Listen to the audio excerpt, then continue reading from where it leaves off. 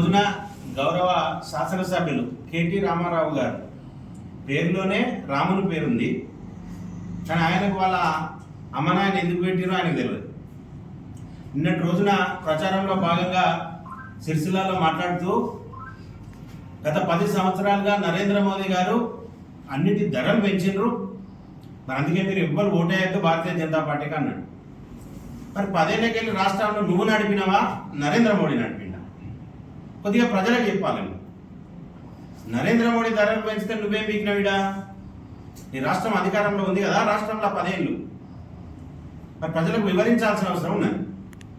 అదే రకంగా ఏమన్నంటే రాముని పేరు తెస్తారు, రాముని పేరు తెస్తారు, రాముని పేరు తెస్తారు అంటున్నావు కదా కేటీ రామారావు, నీ పేరులో కూడా రాముడు ఉన్నాడే.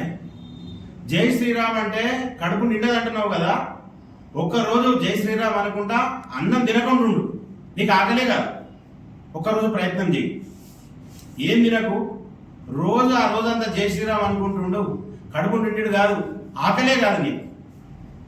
ఈరోజు టీఆర్ఎస్ పార్టీలు ఎవరైతే ఉన్నారో కేటీ రామారావు వెంబడి తిరుగుతున్న హిందూ సోదరులందరికీ చెప్తున్నా నేను ఈరోజు బహిరంగంగా ప్రచారంలో భాగంగా జై శ్రీరామ్ అంటే కడుపు నిండది అని అంటుండు కదా మీ కేటీ రామారావు.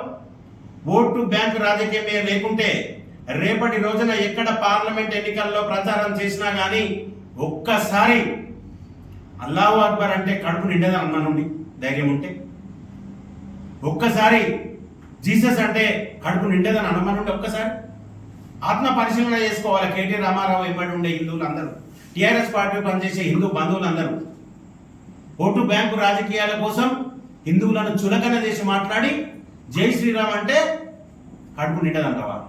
మరి అదే ముచ్చట చెప్పు. రేపొద్దున అల్లాహ్ అక్బర్ అంటే కడుపు నిండదాను, జీసస్ అంటే కడుపు నిండదాను, రేపొద్దున నుండి అనాలేదు. నువ్వు నికార్సైన హిందువు అయితే, మా నాయన గుడి కట్టిండని చెప్పుకుంటాను కదా, నువ్వు నికార్సైన హిందువు అయితే ఈ 2 మాటలు రేపు పొద్దుటి ప్రచారంలా నువ్వు ఎక్కడ పాల్గొన్నా అని చూపెట్టకు సార్. ఛాలెంజ్ చేస్తున్నాం భారతీయ జనతా పార్టీకి వెళ్ళి, నువ్వు ఓటు బ్యాంక్ రాజకీయం నీది, అది కానట్టయితే రేపు అనాల్సిందే నువ్వు అల్లాహ్ అక్బర్ అంటే కడుపు ఉండదు, జీసస్ అంటే కడుపు ఉండదు. ఈ 2 విషయాలు ప్రజలకు తెలియజెప్పాల్సిన అవసరం ఎంతైనా ఉన్నది. మరి దీనికి కట్టుబడి ఉంటావా అని అడుగుతున్నావు. పెట్రోల్ ధర పెరిగింది, క్రూడ్ ఆయిల్ ధర పెరిగింది, మోడీ ధరలు పెంచింది అంటున్నావు. మరి ఎందుకయ్యా నీ రాష్ట్ర స్థాయి ట్యాక్స్ ఎందుకు పెట్టినావు పెట్రోల్ మీద? అన్ని రాష్ట్రాలలో 10 రూపాయలు తక్కువ ఉంటే నువ్వు అధికారంలో 10 ఏళ్ళు, తెలంగాణ రాష్ట్రంలో 10 రూపాయలు ఎక్కువ ఉంది కదా, మరి దేనికోసం అని చెప్పి నువ్వు మాట్లాడుతున్నావు? నువ్వు నాస్తికునివి. నువ్వు పెట్టిన వ్యక్తి ఎవరైతే పార్లమెంట్ సభ్యునికి పోటీ చేస్తున్న వినోద్ రావు ఉన్నాడో ఆయన ఒక నాస్తికుడు. మీరందరూ కలిసి ఈ హిందూ సమాజాన్ని ఏం చేద్దాం అనుకుంటున్నారో సమాధానం చెప్పాల్సిన అవసరం ఉన్నది. నిన్న కాక మొన్న సిరిసిల్లాలో దేవాదాయ భూములను కబ్జా చేసి నీ ఎంబడి ప్రచారంలో తిరుగుతున్న రాష్ట్ర స్థాయి నాయకులు ఉన్నారు. మరి అది నిర్ధారణ అయి వాళ్ళు పెట్టిన లేఅవుట్ క్యాన్సిల్ అయింది. దేవాదాయ 3 గుంటల 3.5 గుంటల భూమిని కబ్జా చేసిరని చెప్పి మున్సిపల్ వాళ్ళు రిపోర్ట్ ఇచ్చిర్రు. అయినా కానీ సిగ్గు లేకుండా వాళ్ళని ఎంబడి తిరుగుకుంటా నువ్వు ప్రచారం చేస్తానవే, ఇవ్వడంతోటే అని 10 ఏళ్ళు డేట కనవల్లే. ఇంకా మార్కెట్లకు పోతే గా అమ్మ అడిగిందట, దాని సమాధానం చెప్పు. ఇంకా పాత మార్కెట్లకు ఎట్లయినా వాళ్ళని మార్కెట్ ఖాళీ చేసి వాళ్ళ ఉపాధిని నేను లేకుండా చేస్తాను నిర్ధారణ చేసి మున్సిపల్ వాళ్ళని 10 సార్లు పంపి ఆ మార్కెట్ను ఖాళీ చేయించడానికి ప్రయత్నం చేసినావు. నువ్వు ఓటులు అడిగే హక్కు నీకున్నదా? ఆ మార్కెట్లకు పోయి భారతీయ జనతా పార్టీ ఆధ్వర్యంలో 10 సార్లు ఉద్యమం చేస్తే 4 కేసులు పెట్టిన తర్వాత అక్కడికి మార్కెట్ ఎత్తేసే పరిస్థితిని ఆపింది. మరి ఇవన్నీ ప్రజలకు తెలియదు అనుకుంటున్నావా?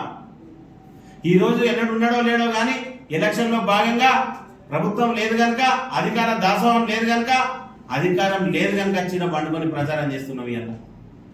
ఇలా నువ్వు కానీ నీ వినోద్ కుమార్ కానీ ఏం చేసిండు అన్నది ప్రజలందరికీ తెలుసు. భారతీయ జనతా పార్టీకి ఒకటే డిమాండ్ చేస్తున్నాం, ఇంకొకసారి మోదీ గారిని కానీ కేంద్ర ప్రభుత్వాన్ని కానీ అపనిందలు వేసే పరిస్థితుల్లో నీది నువ్వు చూసుకోవాలి. నేనేం చేసిన అన్నదాన్ని నువ్వు కనిపెట్టుకోవాలి. నీ పక్కకున్నదాన్ని ప్రజలు గమనిస్తున్నారు. బండి సంజయ్ ఏం చేసిండో చెప్పాలన్నాడు, 100 సార్లు చెప్పినాం. ఒక బుక్లెట్ ఓపెన్ చేసినాం, ప్రెస్ క్లబ్ సాక్షిగా ఇట్లా దాన్ని ఓపెన్ చేసి చూపెట్టినాం. చదువుకోను. ఈరోజు కేంద్ర ప్రభుత్వం యొక్క అనుసంధానంగా ప్రభుత్వం లేకపోతే నువ్వు 10 ఏళ్లలో ఏమభివృద్ధి చేద్దు అన్నది సమాధానం చెప్పాల్సిన అవసరం ఉంది. కేంద్ర ప్రభుత్వం సహకరించకపోతే నీ ప్రభుత్వం ఎట్లా నడుస్తుండో నువ్వు ఆలోచించాల్సి చెప్పాల్సిన అవసరం ఉన్నది. కనుక ప్రజలంతా గమనిస్తున్నారు. నీ సినిమా బంద్ అయింది. కేటీ రామారావు గారు మీరు ఇక సిరిసిల్లాను విడిచిపెట్టాల్సిందే.